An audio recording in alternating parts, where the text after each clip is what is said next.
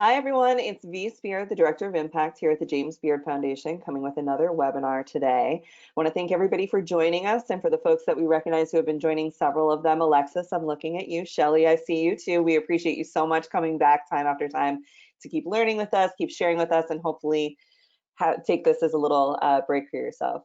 So today we're going to be talking about motivation in times of crisis with my all-time favorite human, Rachel Sheeran, who you see on your screen there. We'll get to talking a little bit more about Rachel in a second, but I wanted to update you that the jamesbeard.org/relief page has been updated again. There's some more clarifications around PPP, the CARES Act, how long things are going to take.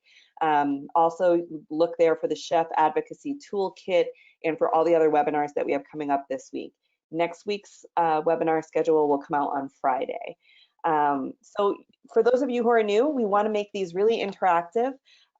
This is a peer-to-peer conversation, as if you just became best friends with the most enthusiastic certified behavioral analyst you'll ever meet. It's not meant to be in lieu of seeking your own personal counselor, your own business counselor, or diving deeper into how the tactics that Rachel's going to share with you today may work or not work, may or may not be legal in your state. And well, that's probably not as big an issue as some of the other ones we talked about. So we want to just make this something that's really fun and gives you guys just some tips and tricks, tactics on how to deal with everything that's going on. So Emily's going to share with you a little bit about how you can interact with us today. Yes. So welcome back, everybody. If you've been here before, you've probably seen this. But if you're new, we love questions. So we know that sometimes things will come up as we're going along. So feel free to just shoot them over as you have been using the questions function on the control panel. And we will feed those through as we get them. This webinar, like all of our webinars, are being recorded and posted on jamesbeard.org/industry-support-webinars. And we will send out that link so you can catch up on this one, on some of our past ones after this wraps. If you are having any technical difficulties or anything like that, feel free to use the questions function or the chat function, and we will try to help you out. Great, thanks so much, Emily. So without further ado, I would like to introduce to you Rachel Sheeran. She helped us write the visioning module for Owning It, for all the folks who joined Owning It. She's been a consultant of ours for the past year on women's program. She's an incredible person. I would describe her as the Brene Brown of the hospitality sector. And she's going to be talking to you a little bit more about the work that she does within this industry. So Rachel, tell us a little bit more about yourself and what we're going to be learning today. Hello, V and James Beard, foundation folks, restaurant folks, people who love to serve other people. I'm so thrilled to be here. V, I could hang out with you all day, every day, quarantine, be damned. We could literally just sit on our balconies at least 6 feet apart from each other forever. And honestly, I'm so pumped to be here today because I got to tell you that I am a no BS motivational speaker. And if you're like me, you might like feeling good. And if you're living on planet Earth right now, you might be like, holy smokes, things are not so good. And I have a background in catering and events. So I am one of you, which means that I know a few things are true. So before we get kicked off, I just want to acknowledge, number one, I know you love what you do. Probably a little too much. You might have been called obsessive in the past and taken it as an honor. I'm with you. Another thing about you might be that you care deeply about what you do, who you do it for, and who you do it with. That beautiful trifecta is the reason that you showed up today, and the reason you're here with myself and V, and you keep showing up. Your serial educational webinar folks that I heard get shouted out at the beginning of this. You want to be better because you love what you do, who you do it with, and who you do it for. And the third thing that I'm gonna guess about you is that you have a strong network in your community, whether it's the people that you build your businesses alongside of, the partners and vendors and collaborators you have in your communities, or even your team as in your family and your friends. We get nowhere alone. And that's a lot of what today's fun and fast-paced webinar is really going to be about. And as V mentioned, I want you asking questions. Feel free to ask throughout. And V, feel free to interrupt me as we go along. I'm an open book, okay? This is a conversation. But what I want to try and serve you with today is things that will open up your mind and open up your heart in a new way, because what I'm here to do is serve you, which is very different because I know you're used to serving others. So for the next 40 minutes, buckle in, grab your favorite beverage. It is a no judge zone, okay? It's weird times, grab whatever you want to drink and join us, because here's the thing, when I start talking about motivation, straight up, what most people see is this. They see SpongeBob being like, positivity. Oh. And what they really think is that, like, people who are positive or motivational, they might think that what they do is they only focus on good things and they completely ignore the bad. And that is not reality at all, because to be positive is really the state of choosing helpful thoughts over hurtful thoughts, and preventing stress by choosing one thought over another, as William James once famously said. And that's what I want for you. I want positivity for you and motivation, not because we're ignoring the stuff that's going really badly, but I want positivity and motivation for you because you were able to sit with the stuff that is really uncomfortable right now and the really hard stuff, and say, okay, you're a friend, you have a seat at the table because this is reality, and I'm still gonna crush it. And I'm still gonna wake up every single day and be the person that I'm gonna be. And I'm gonna be the maker that I am, and the team leader that I am, and the owner, and the supporter, and the mother, wife, friend, counterpart, partner, whatever that you are. Because even the most positive people, like I mentioned, it's not just all, ignorance and rainbows here. You get tested. Even Barney gets tested, okay? And I love this meme. When you're trying to be a ray of sunshine, the people keep testing you. And you can replace the word people for the world. Feel free to drop it in the chat, but am I the only person out there that every single day there's a new test, like, in the world? Like, V, are you waking up and you're like, what new fresh hell is this? Like, every day. And you're just, what's so amazing about this time, truly, is that it is, we hear this phrase unprecedented. And yes, that's true. But what it really, really is that I cannot remember a time that things have changed so quickly and so consistently and so fast. Every single day is bringing out changes, which is why, as we start to talk about today's webinar, I wanted to make sure that I addressed why we feel so off when we normally feel so awesome. If you are in the restaurant and the hospitality space, I know you're a badass. I know you're good at conquering tough situations. I know you're good at feeling the fire and staying in it. And even better than staying in it, you conquer the fire and you make something delicious in it. Like, this is the power we normally have. But change is not cool right now because of a few reasons. And most of it has to do with us as animals, right? When you think about it, animals and humans, we don't like unexpected surprises. If it's your birthday, which, shout out to all I think it's, is it Libras? Is it Aries right now? This is showing my bad horoscope knowledge. Aries? I think it's Aries seasons, right? So here's the thing, if it's Aries season, surprise birthday, unfortunately parties maybe aren't possible, but surprise birthday events in messages and texts and calls, that is an expected surprise. We like that a lot of the time. You turn on a horror movie, you have expected surprises, right? You expect the music to be creepy and the monsters to pop out, and you expect to be jilted in your seat and just scream, and that's what you like. But unexpected surprises, that's the thing that makes animals get low to the ground and then run away. And that's what's happened a lot here, is that this pandemic is a complete unexpected surprise, unless you happen to be an immunologist or a virologist or some kind of ologist, which sounds important, but probably doesn't eat as good food as we do. So I'm going to take us instead. And at the end of the day, unexpected surprises, they don't make us feel good. And more than that, because we're on the front wave of it, we're feeling it a lot deeper than a lot of other industries and a lot faster than other industries. What's happened is we're being affected first, and that means our habits are going out the window. And that's good habits, bad habits, all habits. Habits are kind of these things that our mind holds on to.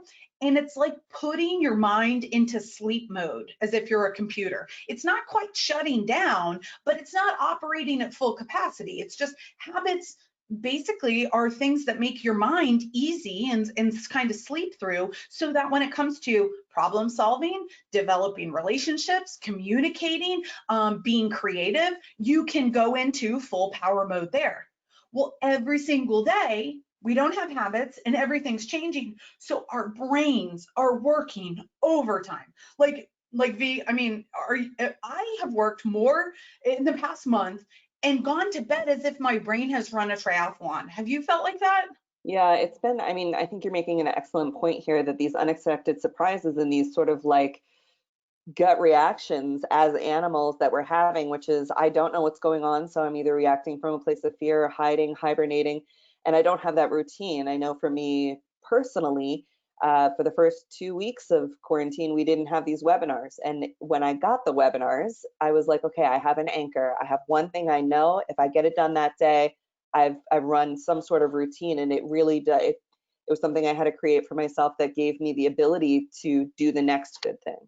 Totally. Oh, I love it. The next good thing. A We shout learned out that to from Frozen Frozen 2 this morning. Yes. I mean, we've got to hold on to the Into the Unknowns and the Frozen 2 shout outs. But I love that. And, creating those habits are really helpful. And by the way, that this gives an opportunity to create some new habits that you always wish you had. Now is a good time, because all habits are being shattered right now by the chaos of the world. And, as we kind of look to the surprises and the habits, it really starts to uncover the 3 core values and the biggest issues we have with change. As people in the working world, and especially in American culture, we're kind of we're encouraged to exalt change. We're taught to say change is good, change is evolution, change is growth, and it's inspiring. And all those things are true, and for the most part, can feel really, really good. But at our core, change really activates 3 deep, deep, deep fears within us. One of them is loss of control, right? This myth of control is being activated, and we're starting to realize how little control we have over everything. And what I would pause here and say to you is, when you feel the need to control something, get curious with yourself. As you're watching this, get curious with yourself and say, what do I want to control, and why do I want to control it?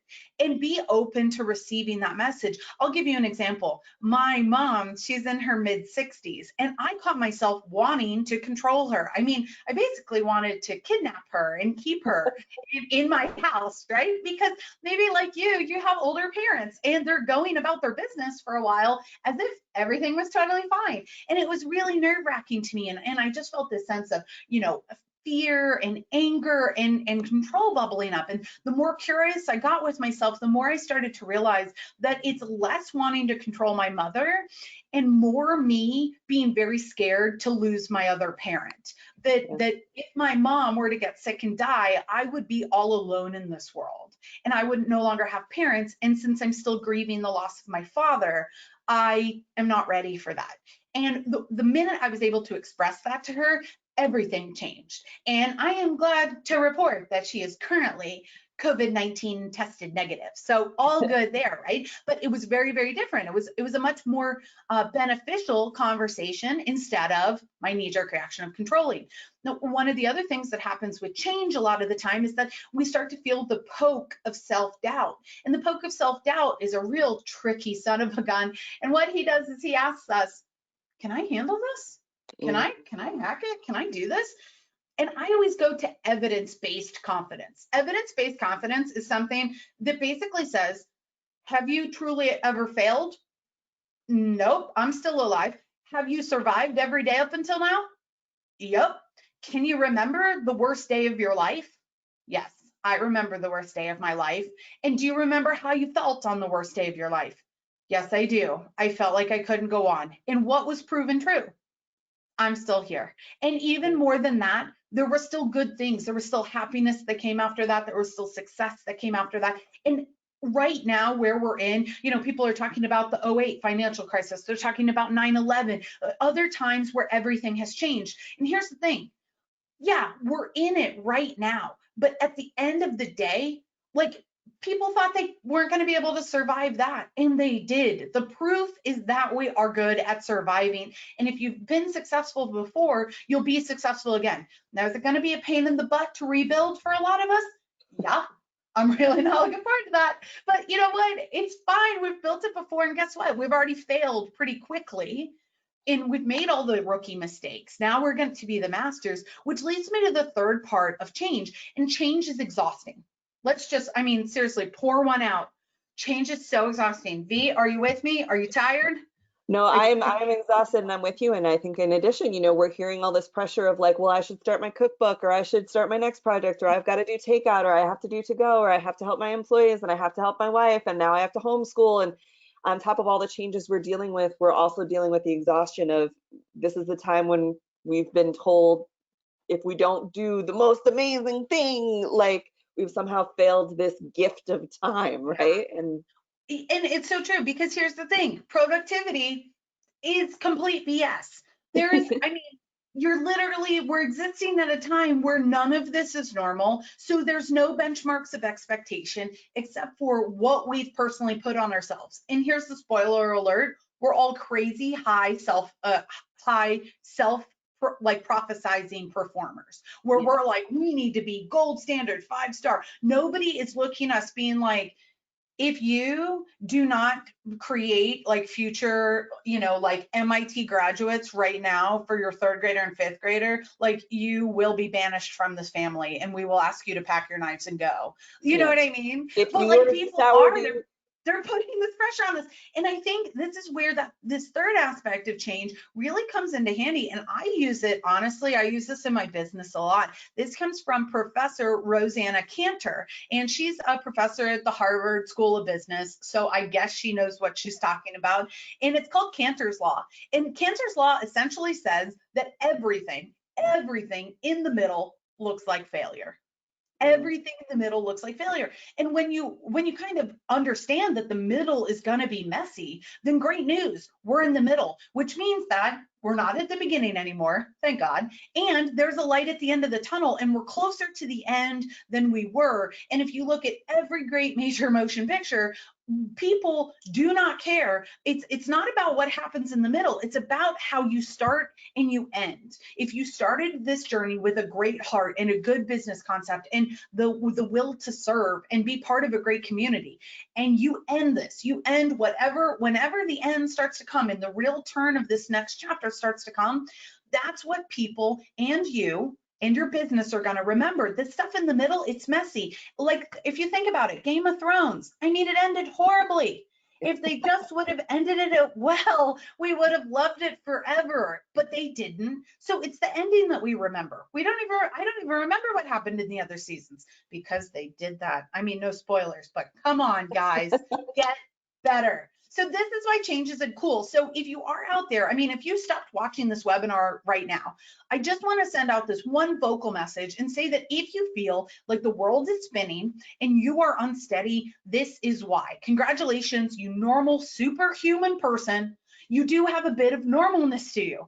And welcoming these things and having these mindset shifts, it's going to create a more solid ground under you so that you can start motivating yourself and motivating others. You've got to steady your sea legs because we are on this, rocking bit of a ship. There's the old world behind us, and I guess we're in this ocean now, and we're going towards the new world, and we're like, I hope there's an open bar or something wherever we're going. You don't know, but we're going with the faith that whatever we're able to discover is going to be better than what we're leaving behind. Because with big-hearted people, we do have the opportunity right now to create a better world, a world that reflects the way we wish things were. And if I could change one thing about the world, it would be that everyone would have the heart of hospitality.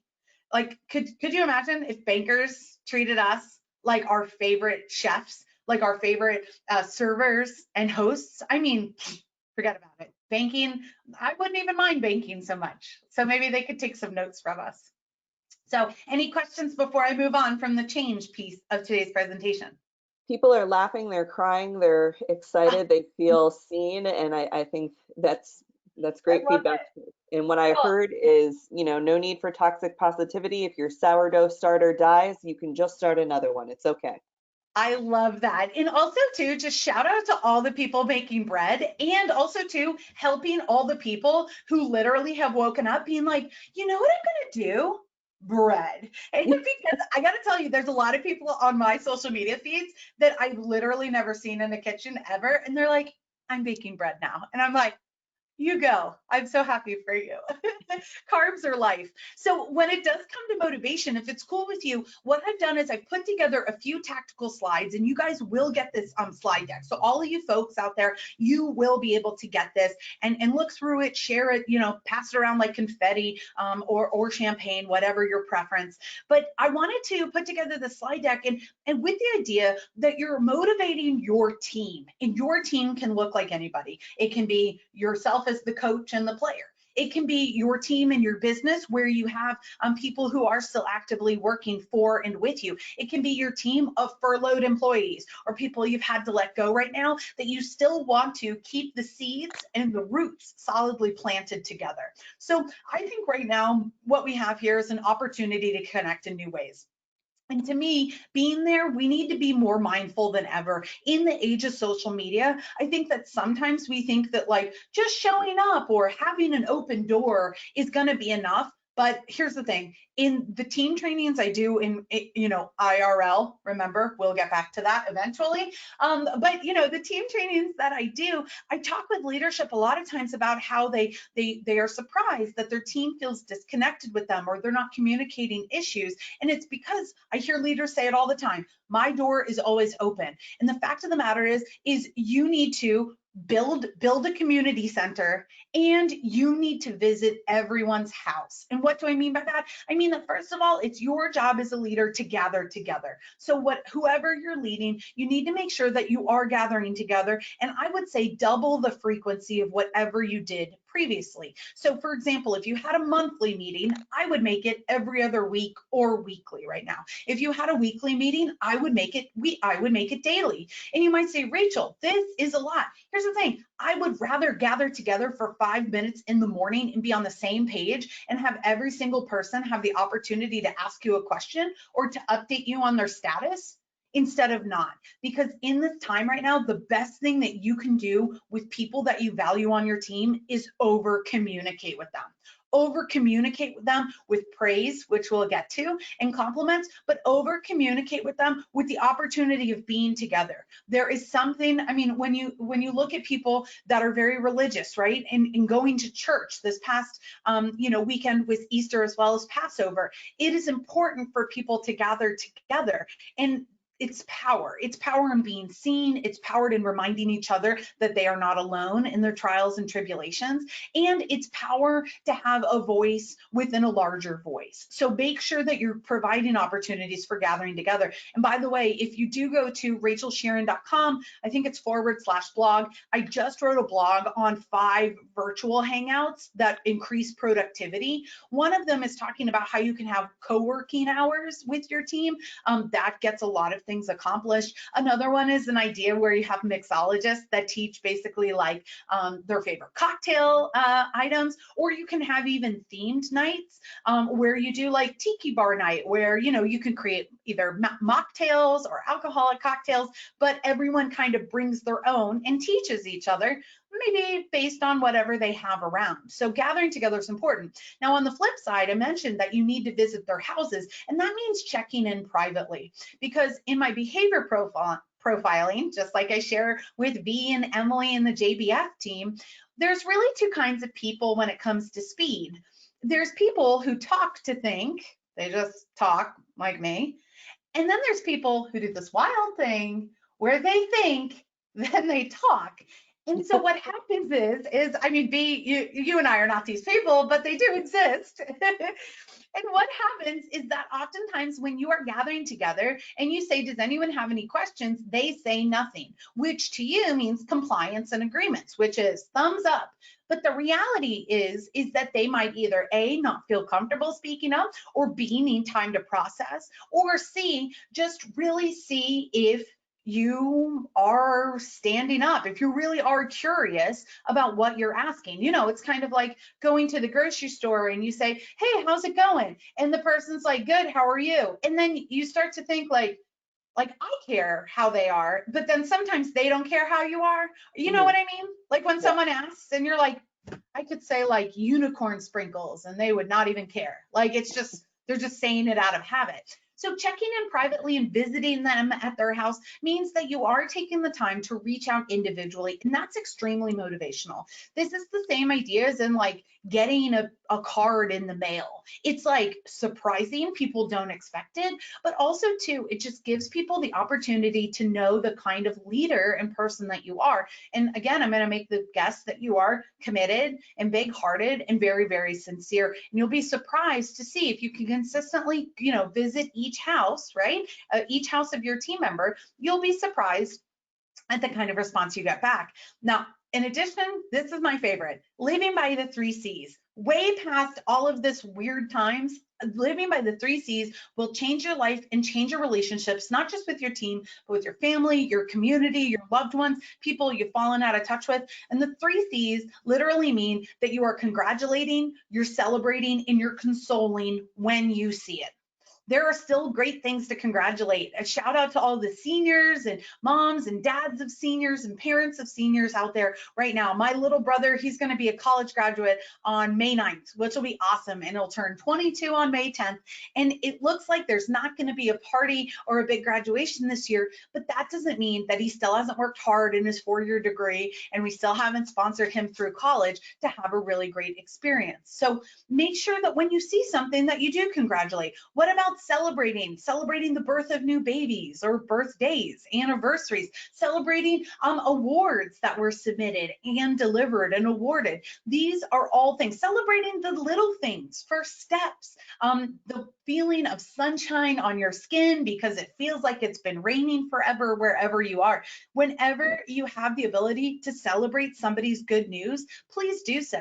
And the third C is console. There will be loss during this time, and it's both in relation to COVID-19 and in the pandemic that's going on, but then regular loss is going to be happening.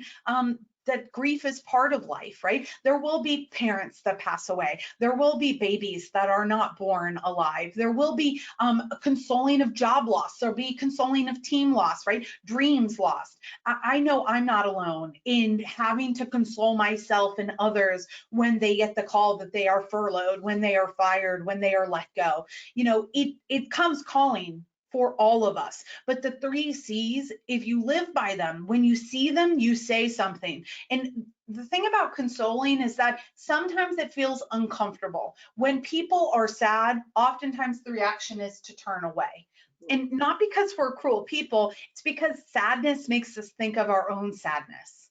But be the difference, turn towards and love on them and say something simply as beautiful as, I'd love to hear about them sometimes, or I am sitting with you, or my thoughts and prayers. Whatever's true for you, congratulate, celebrate, and console. It will make a difference in your relationships and your folks.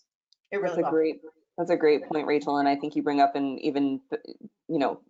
point on the fact that there is grief during this time. And it comes from, even just moving into a work from home perspective, going through those stages of denial and anger and bargaining, and all of that is something that's happening to you naturally, whether you are choosing it or not. It's just a brain chemistry thing that we're all collectively experiencing, and just naming that to, like you say to us all the time, giving it a seat at the table, having a conversation with your grief or with your icky feeling or the thing that you don't like or the thing you want to change, so that you can understand it better, because what's in the light, we can move on from, as opposed to always being afraid of it. So I think that's great. Thank you for that. Yeah, absolutely. Yeah, the monster under the bed, once you flip on the light switch, right? You're like, oh, it was just a sock or a duffel bag. To your point, V, I think you said it beautifully. When you do allow that to, the grief to sit with you, it brings up the thought about like grief is a competition sometimes. And here's the thing, we're all experiencing loss, and it's all very real.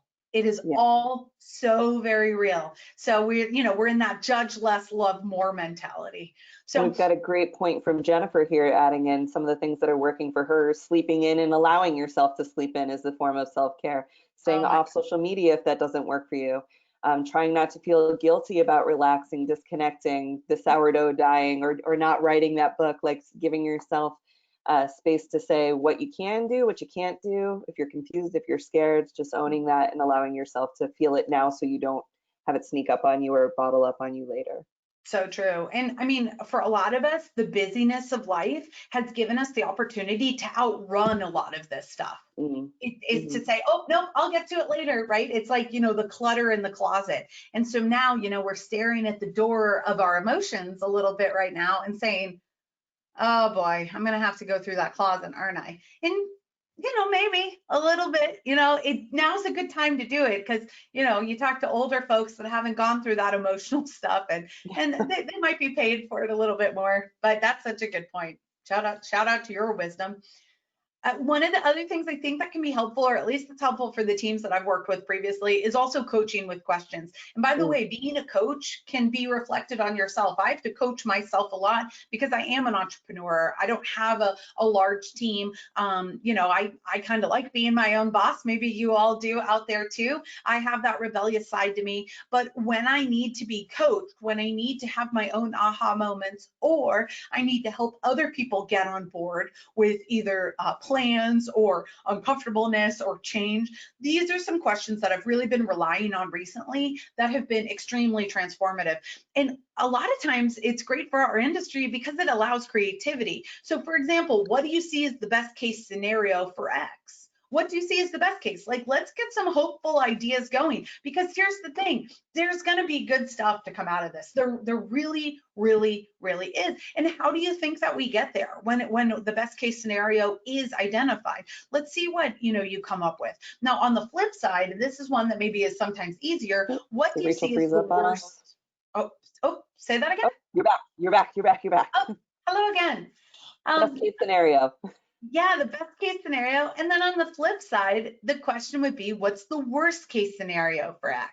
And when you start to kind of to the monsters under the bed idea, when you start to think, okay, well, what gets brought into the light from the darkness can't hurt me as much, you start to do something that's called fear listing. And Mm. fear listing's the practice, which you all know who have been trained with me. Fear listing is the practice of saying, okay, here are my fears.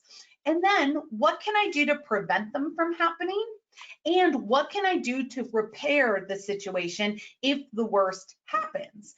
And it can explode a variety of different fears that we hide from ourselves because we're very smart. As creatures, we know when danger is lurking around us as animals, but we oftentimes, we're not, if a deer is worried that an animal around them is coming to attack them, they're not sitting there thinking, geez, what kind of animal is it? Is it a lion? Is it a cheetah? Is it a tiger? Is it a, whatever it might be? No, they're just like, danger, alert, get away. The same thing is true for us. We know when things are scaring us, but we don't often get curious around it so that we can create the best strategies to actually combat the fears. So these coaching questions, working through them, it helps you give creativity and hopefulness to folks. It also lets you identify the things that you are fearful on and gives you actual tangible solutions so that you can kind of sandbag yourself. If you live in New Orleans with our friends Kelly Field and everybody down there, you guys are kind of familiar with hurricanes and flooding, unfortunately. Sandbags are your friend, and we can sandbag ourselves. God willing, we won't have to use the sandbags. The rivers won't flood. Worrying is like praying for what you do not want to happen to happen. Mm-hmm.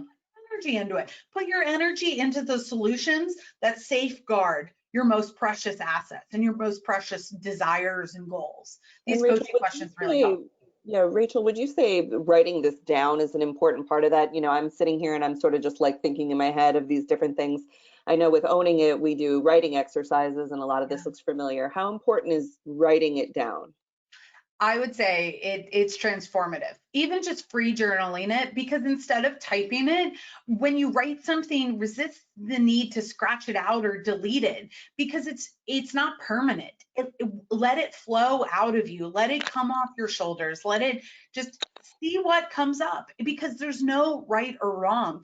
And it's incredible to watch, this fear listing side that is in the visioning. If you've attended that with us, when you really start to think about the fears that we uncover live in those James Beard Owning It Impact sessions, you watch the surprise as folks really didn't know that fear was in them. and yet it has come out. So, you know, it can be uncomfortable sometimes, but yeah, I mean, use it on an old piece of mail. It doesn't have to be anything formalized. You don't have to do this every single day and meditate for 10 minutes.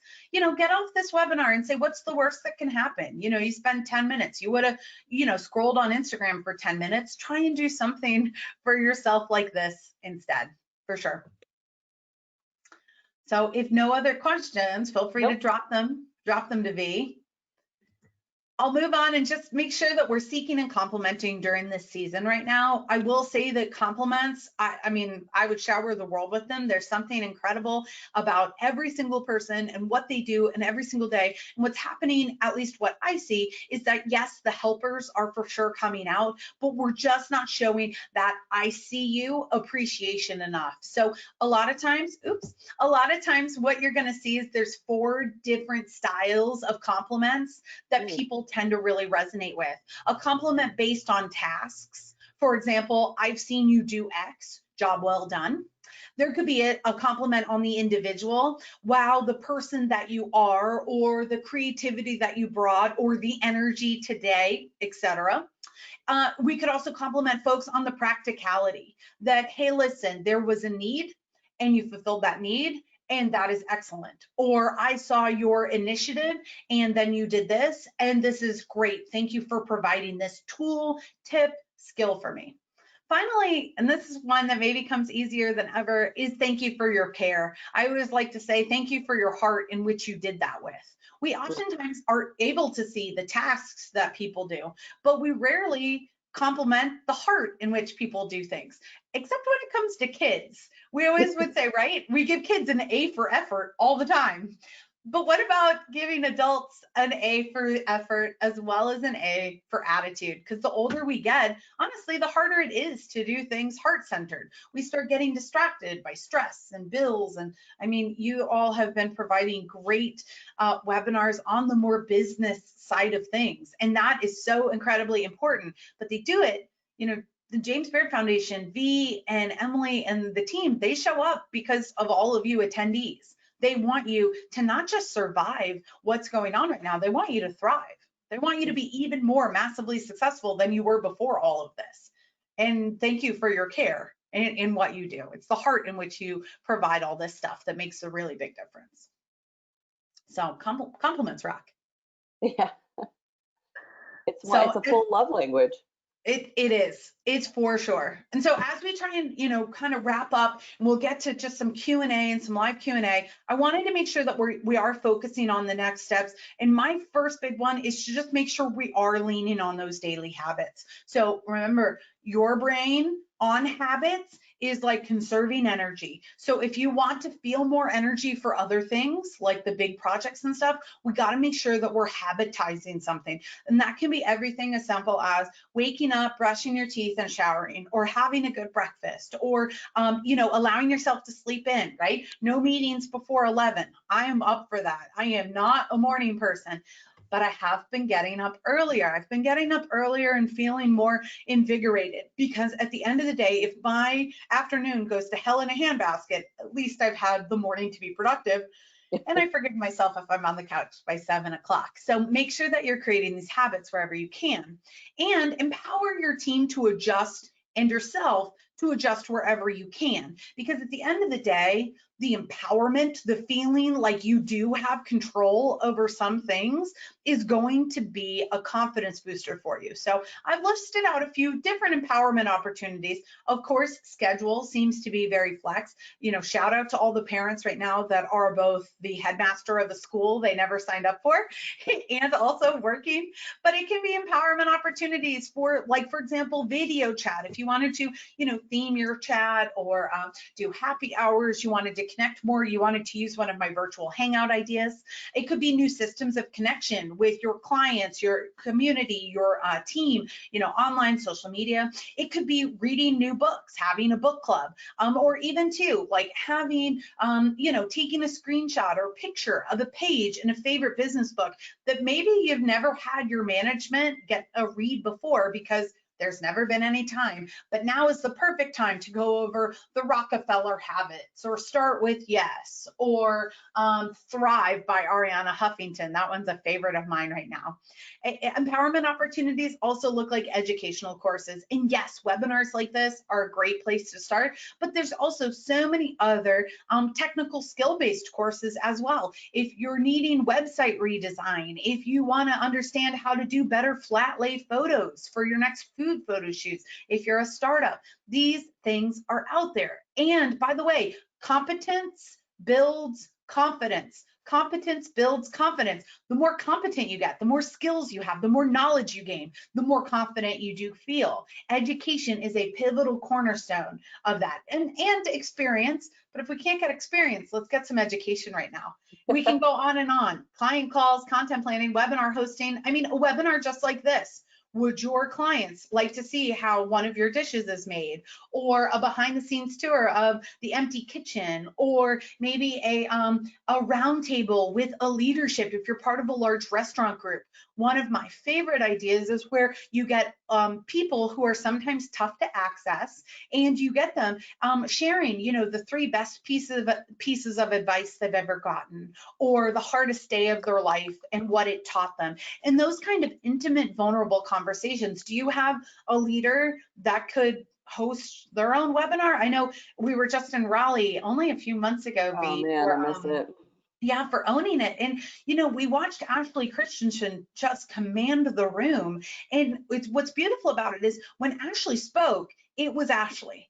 And what's great about it is when Ashley shows up, she shares her truth, and people resonate with it, and people want to know more because they one day hope to have a great restaurant group and one day hope to win a James Beard Award. Like, we're so proud to have her here in North Carolina with. Yeah, absolutely. And I think we're seeing a lot of that. I was just on a call before this one with the Arts and Science Council and the MoFad Museum, and they were talking about how important it is that people know how businesses have handled this particular crisis. You know, we're seeing emails flooding in from everyone and commercials changing, and, you know, hotels.com and Ubers telling me to stay home. And that's going to be something that sticks with you. So in this time, ask me anything's just reaching out, letting people know it, even if it sounds redundant or it feels like you've heard it too much. People are paying attention to what folks did during this time as a business, as a leader, as a chef, as a person, you know, whatever it is. We're improving our cleaning standards, or we took this class, or we were doing better education, or we did these meals for the hospital, or we did this for our employees, or we're not able to do anything, but we cannot wait to come back and serve you again, and we're home and we miss you. Just letting people know what your truth is so incredibly important. Totally. And we have a question on that too. Yeah, if you could have an Ask Me Anything with anybody, V, who would you choose? Oh man, if I could have it, so many. I feel like 50 people just came in my head. I would pick right now. I just watched the season's finale of Schitt's Creek, and I would definitely choose Dan Levy because I think he did such a great job caring for his audience, and I'd love to learn what makes him speak to people in that way and share stories in that way. And so I think that would be mine for sure. I love that. I love that. So we have a question for you on this here. Folks are having, you know, weekly and daily meetings, and they're reaching out on one-off occasions, and then sometimes stuff will come up and they have to cancel those meetings and they feel bad. And so they're wondering, is it the frequency or is it the content? And should they theme the content of their, you know, meetings? Like if you're meeting every day or you're meeting once a week, should there be time that's specially constructed to say, this is an update on the finance of the business versus this is an update where we're going to share our feelings? Is there value in that, or? I think so, because one of the things that's funny about a team communication, I mean, we could have an 8-hour seminar on this, but one of the things about team communication that actually breeds a lot of mistrust and miscommunications is when expectations for what time allotted for is going to be about.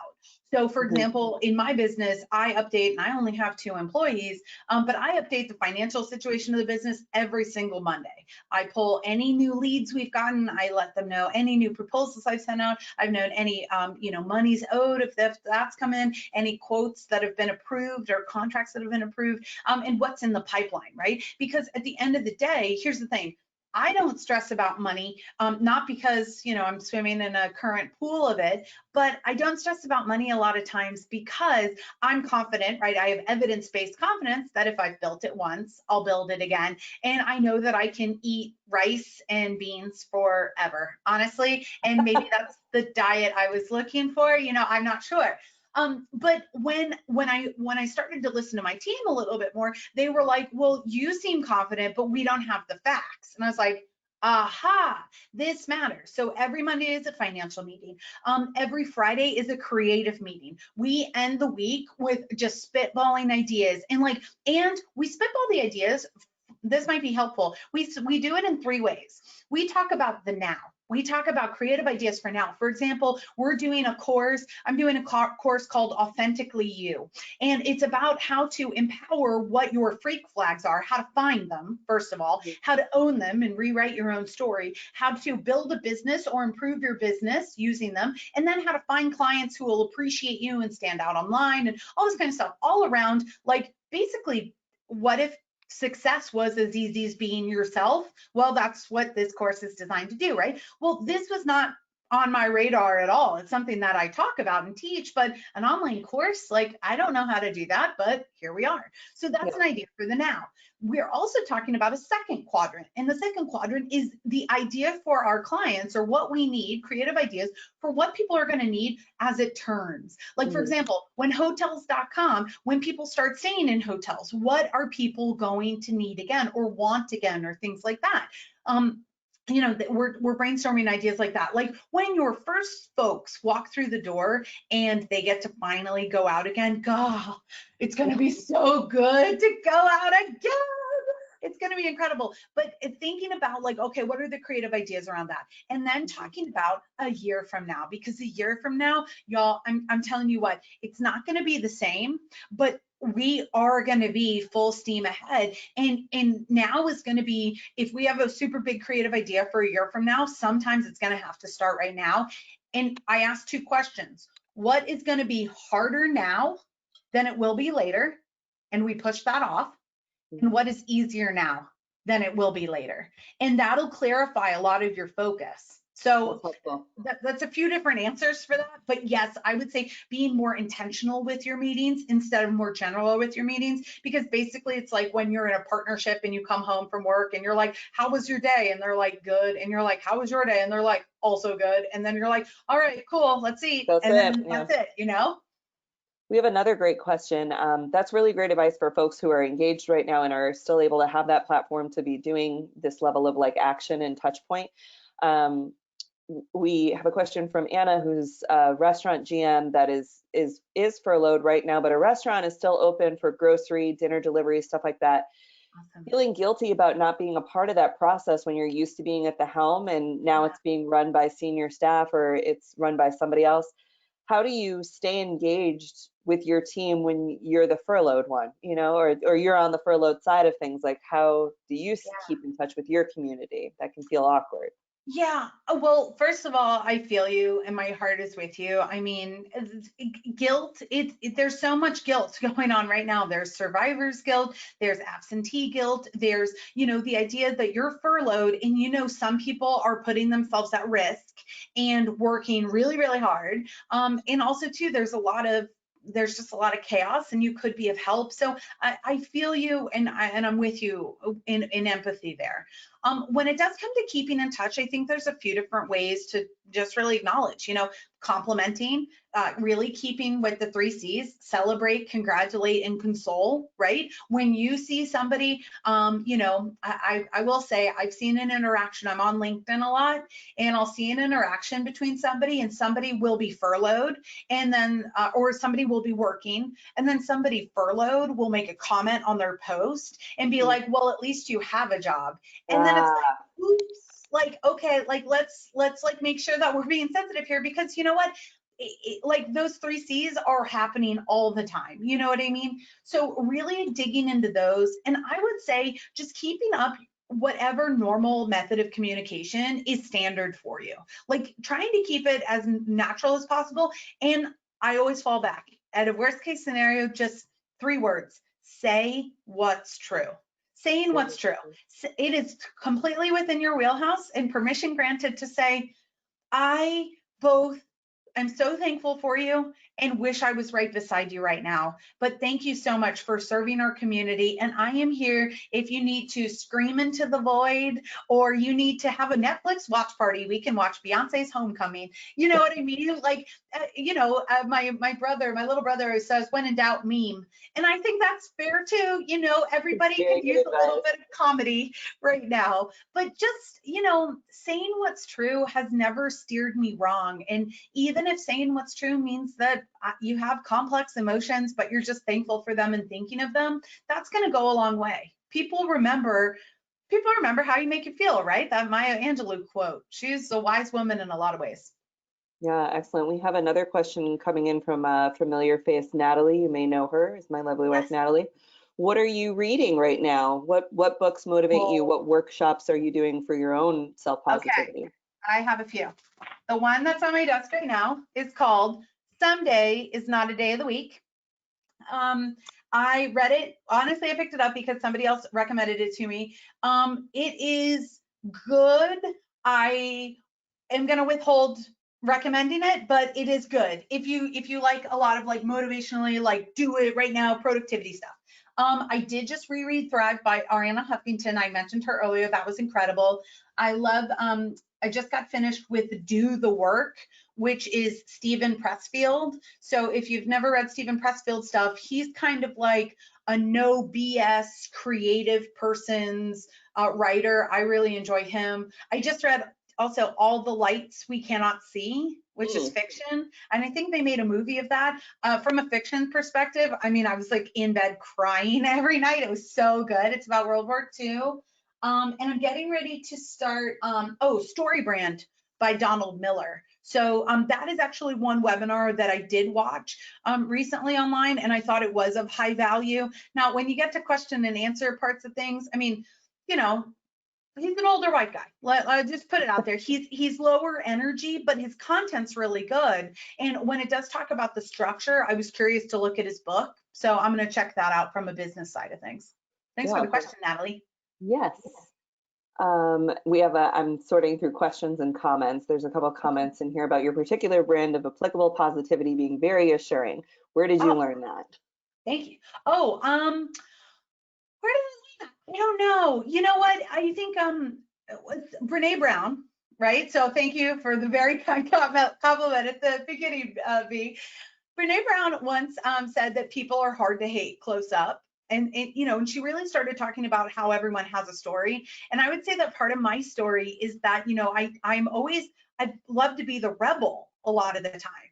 And I've always really tried to focus on self-creation and self-leadership. And that comes from some sad stories in my past where leaders have not shown up for me and, and had that personal side of it. And also too, having great leaders and thinking like, geez, I don't know if I'll ever be a great leader like you, but I'm going to try. And to me, I'm like, I don't know where the brand is, but I'm just as weird as everybody else. I just really believe in the power to focus my mind. Like I'm very clear about what I consume. Like I'm not watching the news a lot. Y'all, if you are waking up and turning on the news, don't. Like it's not going to be helpful to you. I watch the news right before dinner because it's just early enough where I can still sleep and I'm still getting content and education that's relevant, but I don't do it before I come on here. I'm here to serve you all. I don't need, guess what? Here's the update of the news. Things are still weird. There we go.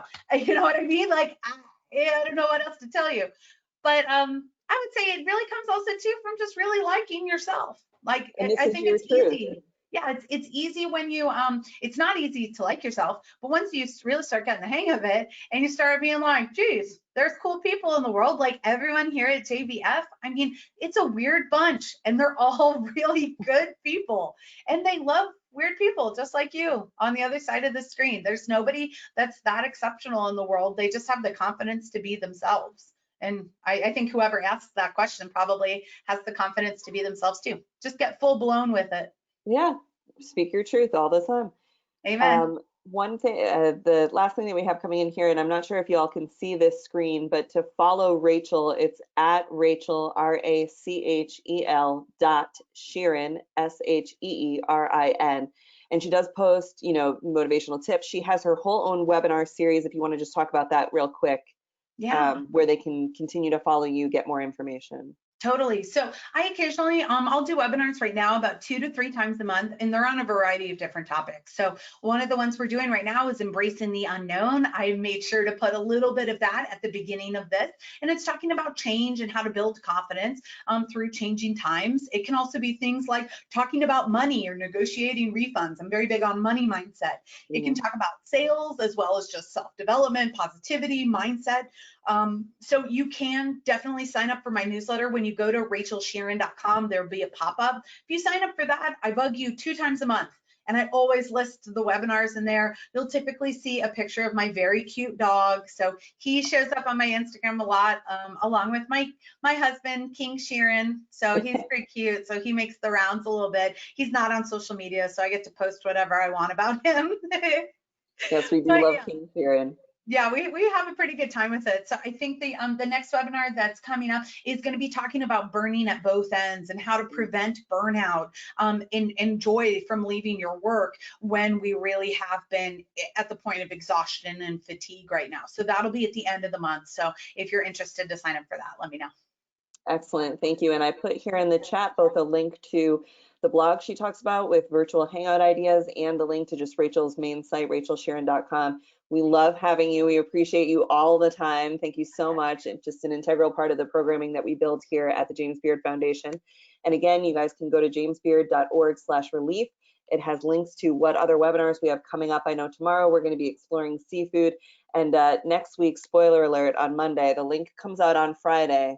We will be exploring the future of culinary cannabis. We've got more on the CARES Act, loans, how we're working with the government to get better resources out to you guys. So take a look for that on Friday.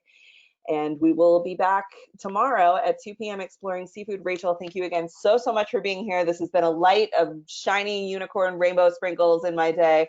And I greatly appreciate all the work you put into the presentation and sharing with us as always. Thank you. Back at you, V. I'll see you all soon. Be well. See you Bye, guys. y'all.